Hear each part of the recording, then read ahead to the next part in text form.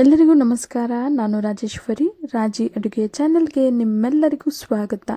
ಇವತ್ತಿನ special recipe butter paneer ಹೇಗೆ ಮಾಡೋದು ಅಂತ ನೋಡೋಣ.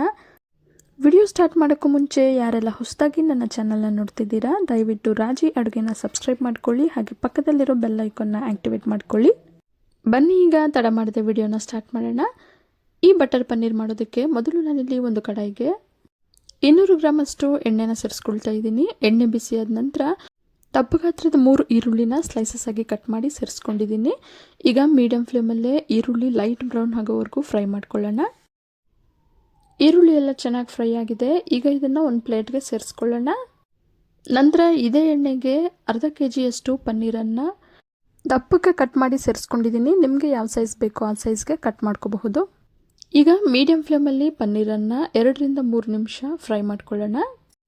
ಈಗ ಫ್ರೈ ಆಗಿರೋ ಪನ್ನೀರನ್ನು ಕೂಡ ಒಂದು ತಟ್ಟೆಗೆ ಸೇರಿಸ್ಕೊಳ್ಳೋಣ. ನಂತರ ಒಂದು ಮಿಕ್ಸಿ ಜಾರ್ಗೆ 3 ಮೀಡಿಯಂ ಸೈಜ್ ಫಾರಮ್ ಟೊಮೊಟೊನ ಸೇರಿಸ್ಕೊಳ್ತಾ ಇದ್ದೀನಿ. ಈಗ ಟೊಮ್ಯಾಟೊನ ಪ್ಯೂರಿ ಮಾಡಿ ಒಂದು ಬೌಲ್ಗೆ ಸೇರಿಸಿಟ್ಕೊಳ್ಳೋಣ. ಈಗ ಟೊಮ್ಯಾಟೊ ರುಬ್ಬಿರೋ ಜಾರಲ್ಲೇ ಮೊದಲೇ ಫ್ರೈ ಮಾಡಿಟ್ಟಿರೋ ಈರುಳ್ಳಿನ ಸೇರಿಸ್ಕೊಳ್ತಾ ಇದ್ದೀನಿ. ನಂತರ 3 ಬ್ಯಾಡಗೆ ಮೆಣಸಿನ್ಕಾಯಿ, 10 ಗೋಡಂಬಿಯನ್ನು ಬಿಸಿನೀರಲ್ಲಿ 10 ನಿಮಿಷ ನೆನೆಸಿಟ್ಟಿದ್ದೆ.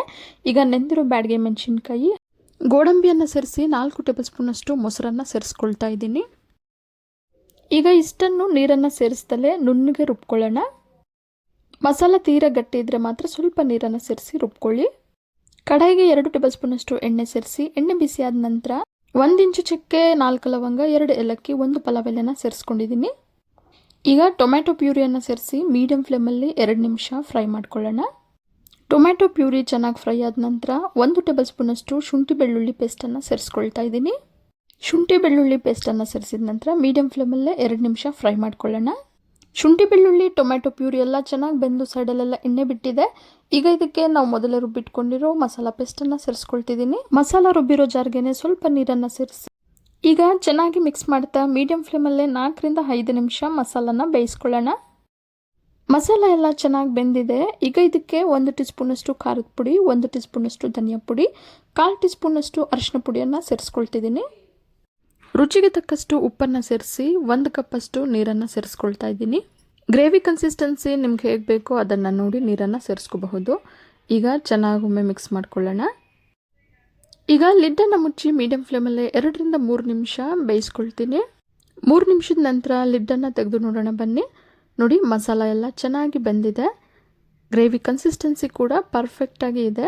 ಈಗ ಇದಕ್ಕೆ ನಾವು ಮೊದಲೇ ಫ್ರೈ ಮಾಡಿಟ್ಟಿರೋ ಪನ್ನೀರನ್ನು ಸೇರಿಸ್ಕೊಳ್ಳೋಣ. ಪನ್ನೀರನ್ನು ಸೇರಿಸಿದ ನಂತರ 1 ಟೇಬಲ್ ಸ್ಪೂನಷ್ಟು ಕಸೂರಿ ಮೆಥಿಯನ್ನು ಕೈಯಲ್ಲೇ ಕ್ರಷ್ ಮಾಡಿ ಸೇರಿಸ್ಕೊಳ್ತಾ ಇದ್ದೀನಿ. ನಂತರ 1/4 ಟೀ ಸ್ಪೂನಷ್ಟು ಗರಂ ಮಸಾಲನ ಸೇರಿಸ್ಕೊಳ್ತಿದ್ದೀನಿ. ನಂತರ 2 ಹಸಿಮೆಣಸಿನ್ಕಾಯಿನ ಸಣ್ಣಗೆ ಕಟ್ ಮಾಡಿ ಸೇರಿಸ್ಕೊಳ್ತಿದ್ದೀನಿ. ಪನ್ನೀರ್ ಸೇರಿಸ್ಬೇಕಾದ್ರೇ ಗ್ಯಾಸನ್ನು ಲೋ ಫ್ಲೇಮಲ್ಲಿ ಇಟ್ಕೊಂಡು ನಂತರ ಪನ್ನೀರು ಹಾಗೆ ಕಸೂರಿ ಮೇಥಿ, ಗರಂ ಮಸಾಲ ಹಾಗೆ ಹಸಿಮೆಣಸಿನ್ಕಾಯನ್ನು ಸೇರಿಸ್ಕೋಬೇಕು. ಈಗ ನಿಧಾನವಾಗಿ ಒಮ್ಮೆ ಮಿಕ್ಸ್ ಮಾಡಿ ಲಿಡ್ಡನ್ನು ಮುಚ್ಚಿ ಮೀಡಿಯಂ ಫ್ಲೇಮಲ್ಲೇ 4 ರಿಂದ 5 ನಿಮಿಷ ಬೇಯಿಸ್ಕೊಳ್ಳೋಣ. 5 ನಿಮಿಷದ ನಂತರ ಗ್ಯಾಸ್ ಫ್ಲೇಮನ್ನು ಆಫ್ ಮಾಡಿ 1 ಟೇಬಲ್ ಸ್ಪೂನಷ್ಟು ಬೆಣ್ಣೆನ ಸೇರಿಸ್ಕೊಳ್ತಾ ಇದ್ದೀನಿ. ಬೆಣ್ಣೆ ಸೇರಿಸಿದ ನಂತರ ನಿಧಾನವಾಗಿ ಮಿಕ್ಸ್ ಮಾಡ್ಕೊಳ್ಳೋಣ. ಬಿಸಿ ಬಿಸಿಯಾಗಿ ತುಂಬಾ ಡೆಲಿಷಿಯಸ್ ಆಗಿರೋ ಬಟರ್ ಪನ್ನೀರ್ ಈಗ ಸರ್ವ್ ಮಾಡೋದಕ್ಕೆ ರೆಡಿಯಾಗಿದೆ. ಈ ಗ್ರೇವಿ ಅಂತೂ ಮನೇಲಿರೋರಿಗೆಲ್ಲ ತುಂಬಾ ಇಷ್ಟ ಆಗುತ್ತೆ. ಸಣ್ಣ ಮಕ್ಕಳಿಂದ ಹಿಡಿದು ದೊಡ್ಡೋರ್ವರೆಗೂ ತುಂಬಾ ಇಷ್ಟಪಟ್ಟು ತಿಂತಾರೆ. ನೀವು ಕೂಡ ಒಮ್ಮೆ ಇದೇ ರೀತಿ ಮನೇಲಿ ಟ್ರೈ ಮಾಡಿ ನೋಡಿ. ನಿಮ್ಗೆ ಹೇಗೆ ಬಂತು ಅಂತ ಕಮೆಂಟ್ ಮುಖಾಂತರ ತಿಳಿಸಿ. ಈ ಬಟರ್ ಪನ್ನೀರನ್ನು ಬಿಸಿ ಬಿಸಿಯಾಗಿ ಪರೋಟ, ಚಪಾತಿ, ರೋಟಿ ಅಥವಾ ಜೀರಾ ರೈಸ್, ಗೀ ರೈಸ್ ಎಲ್ಲದರ ಜೊತೆಗೂ ಸರ್ವ್ ಮಾಡ್ಕೋಬಹುದು. ತುಂಬಾ ರುಚಿಯಾಗಿರುತ್ತೆ. ಇವತ್ತಿನ ಸ್ಪೆಷಲ್ ರೆಸಿಪಿ ಬಟರ್ ಪನ್ನೀರ್ ನಿಮಗೆಲ್ಲ ಇಷ್ಟ ಆಗಿದೆ ಅಂದ್ಕೊಂಡಿದ್ದೀನಿ. ಇಷ್ಟ ಆಗಿದ್ರೆ ಈಗಲೇ ಒಂದು ಲೈಕ್ ಮಾಡಿ, ಹಾಗೆ ನಿಮ್ಮ ಫ್ಯಾಮಿಲಿ ಆ್ಯಂಡ್ ಫ್ರೆಂಡ್ಸ್ ಜೊತೆ ಶೇರ್ ಮಾಡಿ. ಮತ್ತಷ್ಟು ಸುಲಭ ಹಾಗೂ ರುಚಿಯಾದ ರೆಸಿಪಿಗಳಿಗೋಸ್ಕರ ರಾಜಿ ಅಡುಗೆನ ಸಬ್ಸ್ಕ್ರೈಬ್ ಆಗೋದನ್ನು ಮರಿಬೇಡಿ. ಇನ್ಯಾಕೆ ವೆಯ್ಟಿಂಗ್, ಶುರು ಮಾಡಿ ಕುಕಿಂಗ್ ಅಂತ ಹೇಳ್ತಾ ಮುಂದಿನ ವಿಡಿಯೋದಲ್ಲಿ ಸಿಗೋಣ. ಧನ್ಯವಾದಗಳು.